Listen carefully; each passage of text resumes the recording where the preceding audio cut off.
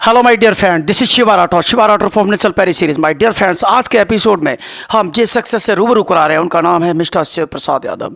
Mister Shiv Prasad Yadav ex MLA हैं और ये बीएसपी में एक्स एमएलए बने थे। और ये आगे की जानकारी दूं उनके राजनीति में, तो राजनीतिक कैरियर में इन्होंने समाजवादी पार्टी के जो संस्थापक सपा मुखिया मुलायम सिंह यादव से लोहा लिया है। शिव प्रसाद यादव एक ऐसी शख्सियत का नाम है कि जिन्होंने समाजवादी पार्टी में भी समाजवादी पार्टी से समझौता नहीं किया, और जब समाजवादी पार्टी बहुजन समाज पार्टी के साथ समझौता कर लिया तो इन्होंने बहुजन समाज पार्टी को छोड़ दिया और बीजेपी ज्वाइन कर ली।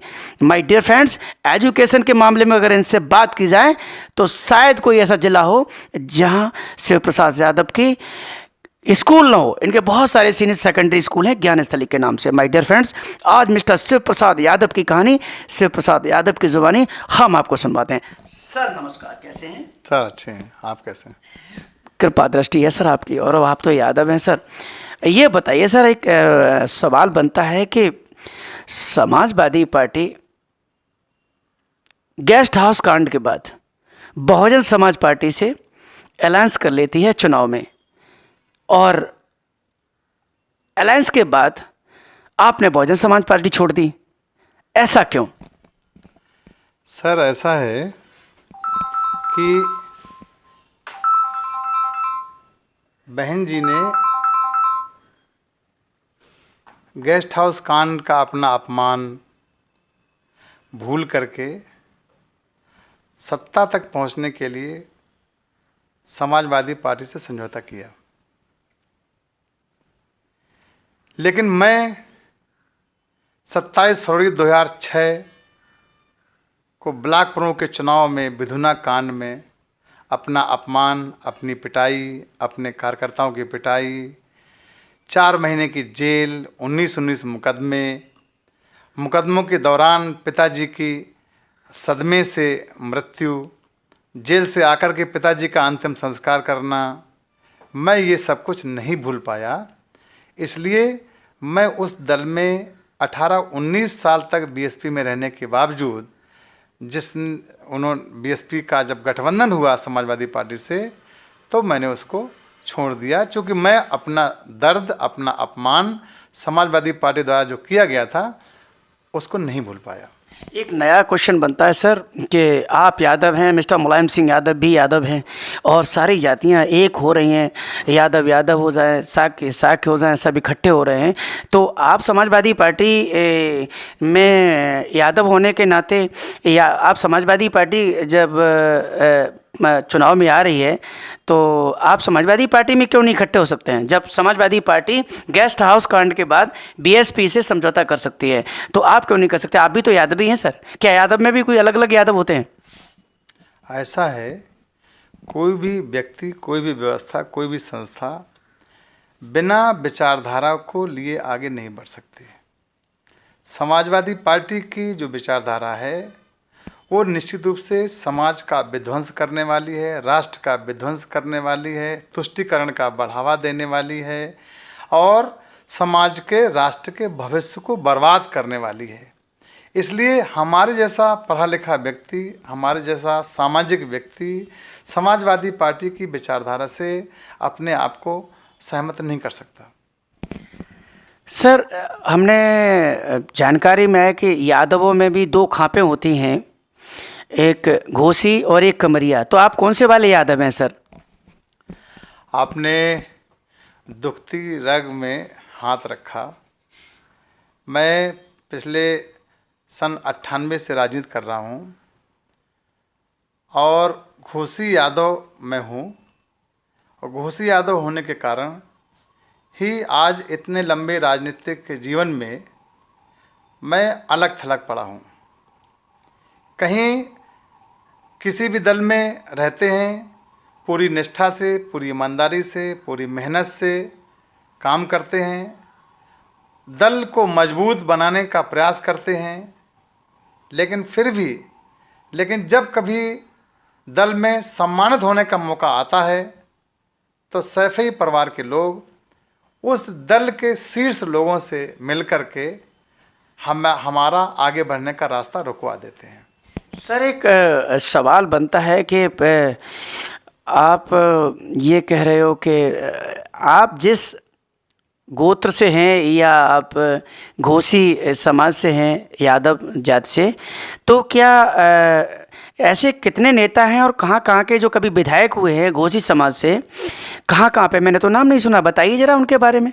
कहाँ कहाँ से? मैनपुरी से, इटावा से, घाटमपुर से, औरैया से, फिरोजाबाद से, एटा से, कहाँ कहाँ से सांसद और विधायक रहे जो घोसी समाज के हैं? बताइए, tell me right now sir. देखिए ऐसा है, ये बहुत लंबी कहानी है। समाजवादी पार्टी के मुखिया श्री मुलायम सिंह जी जैसे ताकतवर होते गए वैसे ही वैसे घोसी यादव समाज को बर्बाद करने का काम करते गए। मुलायम सिंह जी के पहले लोग कहते हैं कि मुलायम सिंह जी से यादवों का नाम हुआ, ऐसा नहीं है। मुलायम सिंह जी से पहले घोसी यादवों में सांसद रहा करते थे, विधायक रहा करते थे और राजे महाराजे हुआ करते थे। ओरावल, भारोर, रेवदनी, आपका सुंदरपुर, ये हमारी घोसी यादवों की स्टेट हुआ करती थी। मुलायम सिंह जी को ये चीज़ अखरती थी कि घोसियों का सम्मान अधिक क्यों है, घोसियों में पढ़े लिखे लोग क्यों हैं। इसलिए जब भी उनको अपनी सत्ता पर बैठने का मौका मिला, जब भी उनको ताकत मिली, तब उन्होंने घोसियों को बर्बाद करने का काम किया। घोसी यादवों को कभी भी उन्होंने हिस्सेदारी नहीं दी। घोसी यादव नौकरी के मामले में, असलाह के मामले में, ठेकेदारी के मामले में, राजनीतिक क्षेत्र में आगे बढ़ाने मामले में मुलायम सिंह जी ने हमेशा अपने कमरिया समाज को ही तरजीह दी और उन्हीं को नौकरी, ठेकेदारी, असलाह उन्हीं को सभी दिया। घोसी यादवों को कभी ना सम्मान दिया और ना ही कोई संबल दिया, ना ही कहीं कोई ताकत दी, ना कभी उनको आगे बढ़ाने का काम किया। सर एक सवाल बनता है कि जब से मिस्टर मुलायम सिंह यादव जब पॉलिटिक्स में आए और यूपी में उनकी जब गवर्नमेंट बनी, उसके बाद ही तो वर्चस्व में आए हैं यादव। मैं तो ये समझूंगा कि यूपी में अगर यादवों की पहचान बनी है तो उनके पीछे सबसे बड़ा श्रेय मिस्टर मुलायम सिंह यादव जी को जाता है। आप ये बात कर रहे हो? आप बिल्कुल सही कह रहे हैं। उत्तर प्रदेश में जब से मुलायम सिंह जी आए हैं तब से यादवों की एक नई पहचान बनी है। मुलायम सिंह जी के पहले यादवों की पहचान समाज में मिलजुल करके चलने की थी, भाईचारा बनाने की थी, समाज में एक दूसरे का सहयोग करने की थी। सभी जातियों के लोग मान सम्मान से रहते थे, प्रेम स्नेह से रहते थे, भाईचारा से रहते थे।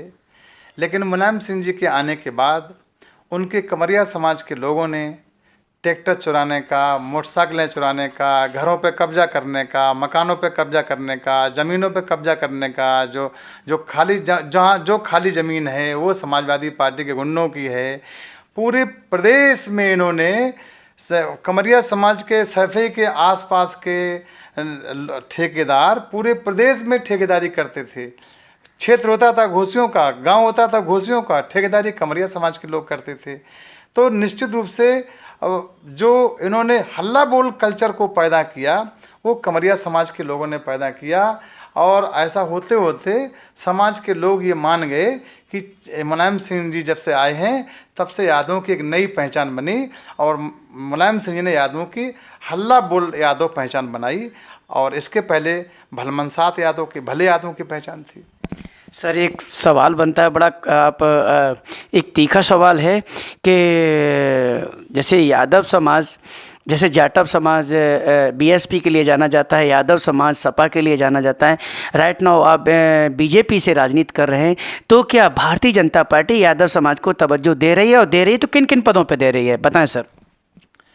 ऐसा है, आपने जो प्रश्न किया है वो बहुत वाजिब प्रश्न किया है। मैं पहले ही ये बात कह चुका हूँ कि घोसी यादव किसी भी दल में रहे, मुलायम सिंह का पूरा परिवार उस दल से मिलकर के किसी भी घोसी यादव को आगे नहीं बढ़ने देता है।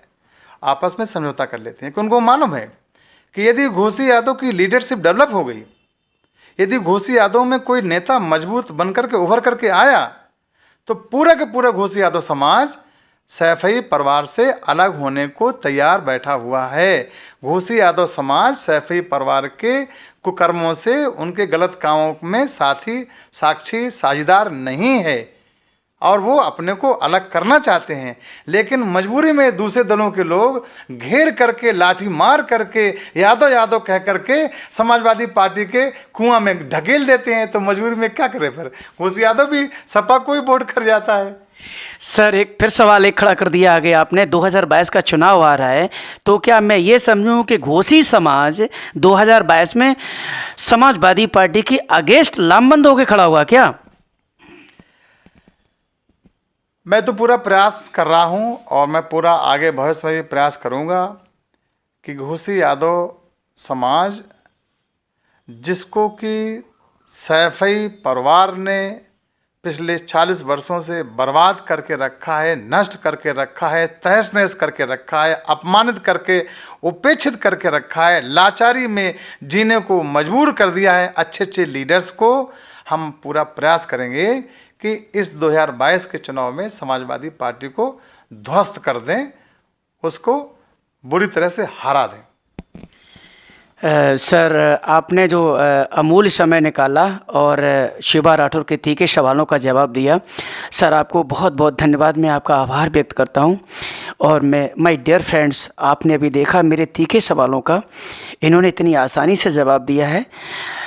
माय डियर फ्रेंड्स, आज इस वीडियो को इतना लाइक, शेयर, सब्सक्राइब करिएगा कि मिस्टर शिव प्रसाद यादव की कहानी जन जन की जुबानी हो जाए। सर आप चैनल के द्वारा अपने देश के लोगों को कोई संदेश देना चाहेंगे? 2022 के चुनाव के लिए यूपी की जनता को कोई संदेश देना चाहेंगे? नहीं, निश्चित रूप से आगे आने वाले 2022 के यूपी के विधानसभा के चुनाव देश की दिशा निश्चित करेंगे। हम सब लोगों को तय करना है कि देश के लिए कौन चिंतन कर रहा है, समाज के लिए कौन चिंतन कर रहा है। भारतीय जनता पार्टी के अलावा सभी दल अपनी अपनी कुर्सी, अपने अपने परिवार, अपने अपने स्वार्थ की लड़ाई लड़ रहे हैं, तुष्टिकरण लड़ाई लड़ रहे हैं, वोटों की लड़ाई लड़ रहे हैं, लेकिन भारतीय जनता पार्टी राष्ट्र के लिए, समाज के लिए, देश के निर्माण के लिए लड़ाई लड़ रही है। इसलिए हम अपील करेंगे कि आगे चुनाव में 2022 में भारतीय जनता पार्टी को मजबूत किया जाए। सर बहुत बहुत धन्यवाद आपका।